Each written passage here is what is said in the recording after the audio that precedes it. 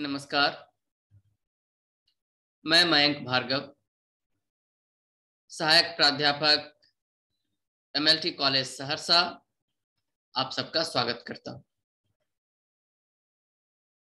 आज अपने महाविद्यालय के विद्यार्थी मित्र जो स्नातकोत्तर हिंदी सेमेस्टर 2 के छात्र हैं, उनके लिए एक संवाद करने मैं यहां उपस्थित हूं। आज का संवाद हमारे पत्र सीसी 7 से संबंधित है। संस्कृत साहित्य का इतिहास इस पत्र के अंतर्गत हमें पढ़ना है और इसके अंतर्गत हम लोग आज महाकाव्य के स्वरूप की चर्चा करेंगे। संस्कृत काव्य शास्त्र में काव्य के रूपों की विस्तार से चर्चा की गई है और पिछले संवाद में काव्य के रूपों की चर्चा आप विद्यार्थी मित्रों के समक्ष मैंने की थी कि किस प्रकार काव्य शब्द एक व्यापक अर्थ को अभिव्यक्त करता है और भारतीय काव्य शास्त्र में काव्य के दो प्रमुख भेद माने गए हैं, दृश्य काव्य, श्रव्य काव्य। शैली के भेद से काव्य के 3 भेद किए जाते हैं, पद्य, गद्य और चंपू काव्य। आकार की दृष्टि से काव्य के 2 भेद होते हैं, प्रबंध काव्य एवं मुक्तक काव्य। और फिर प्रबंध काव्य के 2 भेद किए जाते हैं, महाकाव्य एवं खंड काव्य। तो इसी महाकाव्य की चर्चा आज हम लोगों को करनी है कि आखिर यह महाकाव्य है क्या, किसे हम महाकाव्य मानेंगे। संस्कृत काव्य शास्त्र में बहुत सारे काव्य मर्मज्ञ हुए। भामह, दंडी, रुद्रट, कई लोगों ने काव्य के लक्षणों की चर्चा की है।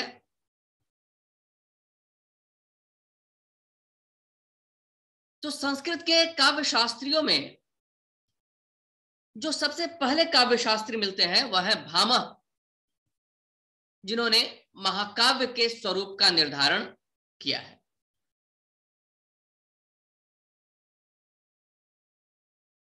भामह का यह लक्षण संक्षिप्त है, लेकिन महाकाव्य की गरिमा के अनुरूप सभी तत्वों से युक्त है कि आखिर महाकाव्य कैसा होना चाहिए।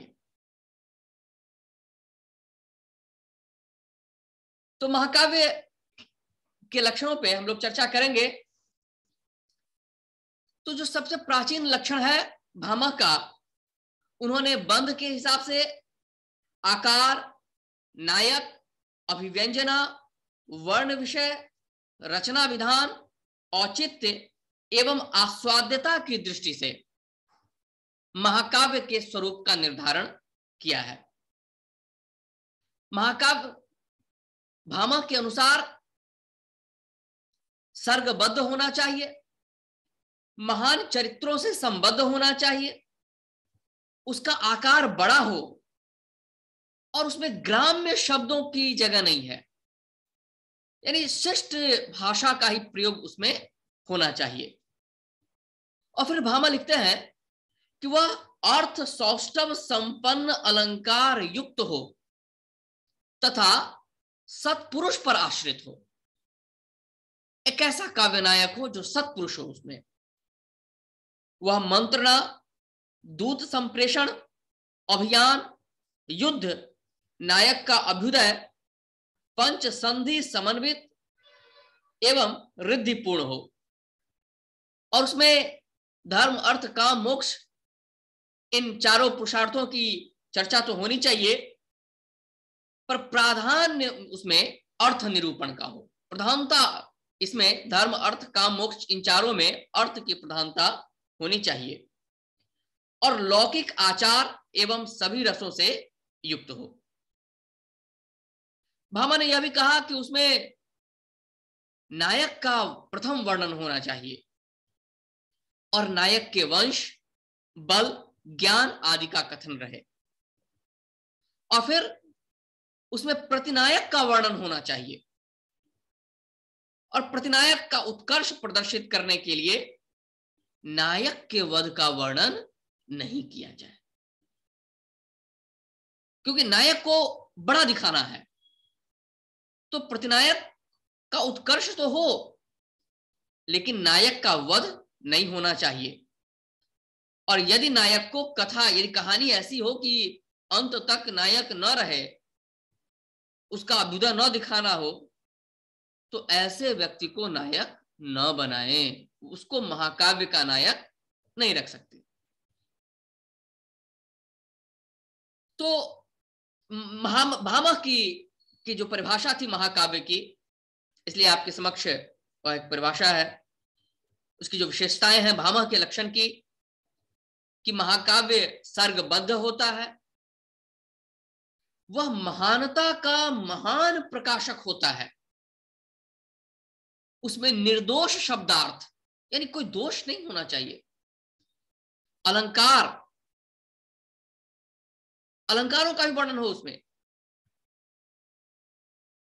उसमें विचार विमर्श हो कि कौन कौन सी चीजें महाकाव्य में होनी चाहिए, तो उसमें विचार विमर्श हो, दूत का वर्णन हो, प्रयाण का वर्णन हो, युद्ध का वर्णन हो और नायक का अभ्युदय, ये 5 संधियां हो, 5 संधियों का वर्णन होना चाहिए। विचार विमर्श, दूत, प्रयाण, युद्ध और नायक का अभ्युदय, महाकाव्य को इन 5 संधियों से युक्त होना चाहिए। और महाकाव्य बहुत गूढ़ ना हो, अब ऐसा भी ना हो कि किसी की समझ में ही ना आए, और उत्कर्ष युक्त होना चाहिए। और जैसा कहा गया कि चतुर्वर्ग आदेश हो, यानी धर्म अर्थ काम मोक्ष सबकी चर्चा हो, पर उसमें प्रधानता अर्थ की होनी चाहिए, वह प्रधानतः अर्थ उपदिष्ट हो, लोक स्वभाव का वर्णन हो और सभी रसों का पृथक चित्रण हो। महाकाव्य में नायक के कुल, बल, शास्त्र ज्ञान आदि का उत्कर्ष जताकर, और किसी के उत्कर्ष के लिए जताना चाहिए, और उसके उत्कर्ष के लिए नायक का वध नहीं करना चाहिए। ये नहीं कि किसी दूसरे पात्र का उत्कर्ष दिखाना हो तो नायक का ही वध दिखा दें। भामा ने इसका निषेध किया है। तो इस प्रकार भामा ने बहुत संक्षेप में पर बहुत गरिमापूर्ण शब्दों में महाकाव्य के स्वरूप के लक्षण निर्धारित कर दिए। लेकिन इसमें बाद में के आलोचकों ने देखा कि इसमें छंद एवं वर्ण विषय का उल्लेख नहीं है, तो इसलिए भामा के बाद जब दंडी आते हैं तो दंडी ने महाकाव्य के जो लक्षण दिए उसमें उन्होंने कुछ नए चीजों का भी समावेश किया, कि महाकाव्य के प्रारंभ में आशीर्वाद, नमस्कार एवं वस्तु निर्देश की योजना होनी चाहिए, उसमें विरहजन्य प्रेम, विवाह, कुमारोत्पत्ति, विचार विमर्श, राजदूतत्व, अभियान, युद्ध तथा नायक की विजय आदि का वर्णन हो। दंडी ने प्रकृति चित्रण एवं सामाजिक विधि विधानों का भी संयोजन किया है। दंडी भी नायक के उत्कर्ष के लिए प्रतिनायक के वंश तथा पराक्रम का वर्णन आवश्यक मानते हैं, क्योंकि नायक का वास्तविक उत्कर्ष गुणवान प्रतिपक्षी की ही पराजय में निहित है। तो साधारण व्यक्ति को आपने हरा दिया तो फिर आपकी महत्ता क्या है? इसलिए प्रतिनायक को भी दिखाना है, उसका भी उत्कर्ष दिखाना है। और ऐसा प्रतिनायक हो, और तब वह हारे नायक से। इसलिए उसमें प्रतिनायक को भी के भी वंश का वर्णन हो, उसके पराक्रम का भी वर्णन हो बढ़िया तरीके से।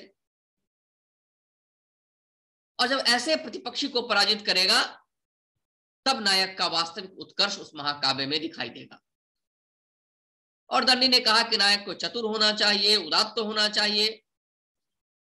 दंडी ने भी महाकाव्य में चतुर्वर्ग के विधान अर्थात धर्म अर्थ काम मोक्ष के विधान और उसके संयोजन पर बल दिया। तो इस प्रकार दंडी का लक्षण हमारे सामने था। दंडी के बाद रुद्रट की चर्चा समीचीन है। रुद्रट ने महाकाव्य के लिए जो लक्षण निर्धारित किए उसमें अपेक्षित तत्वों का कथन उन्होंने पूर्ववर्ती आचार्यों के समान किया, पर कुछ नवीन तथ्य भी उन्होंने प्रस्तुत किए हैं। रुद्रट के अनुसार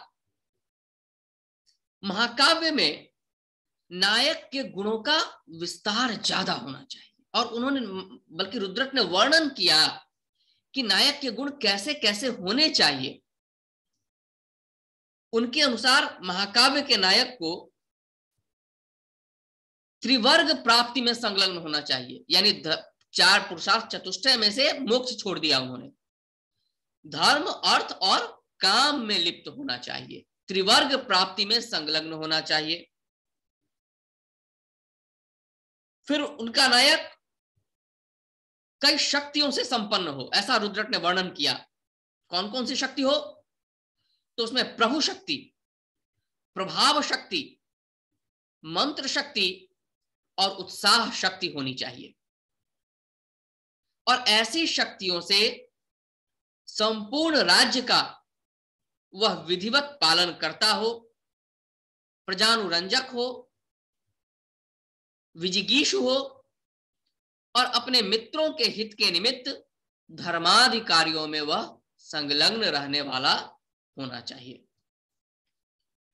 उन्होंने दंडी की भांति प्रतिपक्षी को भी नायक के समान गुण वाला माना है। प्रतिनायक के साथ युद्ध में नायक की विजय अवश्य दिखाई जाए, पर वह विजय आसानी से प्राप्त न हो, वह विजय कष्ट साध्य, यानी नायक को भी संघर्ष करना पड़े, कठिन संघर्ष नायक को करना पड़े, और तब जाकर प्रतिपक्षी को के ऊपर नायक को विजय प्राप्त करनी चाहिए। रुद्रट महाकाव्य के लिए कथा वस्तु को काल्पनिक मानते हैं कि काल्पनिक होनी चाहिए कथा वस्तु। और इस प्रकार जो इससे पहले के आचार्य कहते थे कि महाकाव्य की कथा वस्तु ऐतिहासिक ही होनी चाहिए, तो इसका प्रत्याख्यान किया रुद्रट ने, और उन्होंने कहा कि नहीं, काल्पनिक हो सकती है, बल्कि उन्होंने कथा वस्तु की उत्पाद्यता यानी काल्पनिकता स्वीकार की और ऐतिहासिक कथानक की अनिवार्यता को उन्होंने असिद्ध बताया। रुद्रट ने नायकगत कथा प्रसंग में नागरिकों के जमघट, जनपद, पर्वत, नदी, कानन, सरोवर, मरुभूमि, समुद्र, द्वीप, भुवन, युवकों की क्रीड़ा, सूर्यास्त, संध्या, चंद्रोदय, रात्रि, मद्यपान, युवक युवतियों के सामूहिक संगीत एवं श्रृंगार चर्चा पर बल दिया है। यानी पूरे विस्तार से बताया उन्होंने कि किन किन चीजों की चर्चा महाकाव्य में होनी चाहिए। रुद्रट ने अति मानवीय, अति प्राकृतिक एवं असंभव घटनाओं के वर्णन को अमान्य ठहराया कि ऐसी चीजों का वर्णन न करें जो अति मानवीय हो, जिसका होना संभव ही न लगे मनुष्य के माध्यम से। अति प्राकृतिक चीजें, ऐसी घटनाएं जो असंभव जान पड़े, इस प्रकार का वर्णन रुद्रट के अनुसार महाकाव्य में नहीं होना चाहिए। तो अति मानवीय, अति प्राकृतिक एवं असंभव घटनाओं के वर्णन को रुद्रट ने अमान्य ठहराकर महाकाव्य में इनके नियोजन पर असहमति प्रकट की है। उसके बाद और भी लोग हैं, आनंदवर्धन, भोज, इन सब का वर्णन मिलता है, लेकिन जो महत्वपूर्ण लक्षण है इसके बाद वह है आचार्य विश्वनाथ का।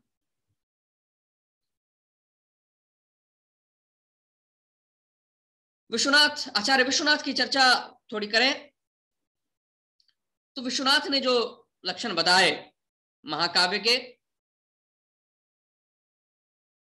तो विश्वनाथ का जो लक्षण है वह बहुत संतुलित है। उसमें पूर्ववर्ती आचार्यों के विचारों को समन्वित कर लिया गया है, उनका समन्वय है। विश्वनाथ के अनुसार महाकाव्य सर्गबद्ध होना चाहिए, इसका नायक देवता हो, कुलीन क्षत्रिय हो, जो धीरोदात्त गुणों से समन्वित हो। कहीं एक सदवंश के अनेक राजा भी नायक हो सकते हैं। इसमें श्रृंगार, वीर तथा शांत में से कोई एक रस प्रधान होता है और शेष रस गौण होते हैं। इसमें सभी नाट्य संधियां होती हैं तथा कथा ऐतिहासिक या लोक प्रसिद्ध सज्जन से संबद्ध होती है। धर्म, अर्थ, काम और मोक्ष, इनमें से एक महाकाव्य का फल या उद्देश्य होता है। इसके प्रारंभ में आशीर्वाद, नमस्कार या वर्ण वस्तु का निर्देश होता है। महाकाव्य में कहीं खलों की निंदा होती है तो कहीं सज्जनों की प्रशंसा की जाती है। महाकाव्य न तो बहुत बड़े होने चाहिए न बहुत छोटे। हाँ, ये कहा उन्होंने कि 8 से ज्यादा सर्ग होने चाहिए, और कुछ विद्वानों ने कहा है कि यह भी उल्लेख आता है कि 30 से ज्यादा सर्ग नहीं होने चाहिए। सर्ग के एक सर्ग में अनेक छंद भी प्रयुक्त हो सकते हैं, और जब सर्ग खत्म होने लगे तो आने वाले सर्ग की कथा का संकेत हो जाए। महाकाव्य में संध्या, सूर्य, चंद्रमा, रात्रि, प्रदोष, अंधकार, दिन, प्रातःकाल, मध्याह्न, मृगया, पर्वत, षड्ऋतु, वन, समुद्र, संभोग, वियोग, मुनि, स्वर्ग, नगर, यज्ञ, संग्राम, यात्रा, विवाह, मंत्र, पुत्र तथा अभ्युदय का यथासाध्य सांगोपांग वर्णन होना चाहिए। और इसका नामकरण कवि, कथा वस्तु या नायक नायिका के आधार पर होना चाहिए, परंतु इसके अतिरिक्त भी नामकरण मिलता है। तो इस प्रकार विश्वनाथ ने यह परिभाषा रखी। विश्वनाथ की परिभाषा तथा इसके कुछ और पक्षों पर हम लोग अगले संवाद में चर्चा करेंगे। अगले संवाद से विश्वनाथ के लक्षण और महाकाव्य के लक्षण और ज्यादा स्पष्ट होंगे। कोविड के इस काल में ऑनलाइन माध्यम से अपने विद्यार्थियों मित्रों का धन्यवाद देता हूं जो इस माध्यम से हमारे साथ जुड़े हुए हैं। आशा है ये संवाद आपके लिए लाभकर सिद्ध होंगे। साथ जुड़े रहने के लिए बहुत बहुत धन्यवाद, आभार।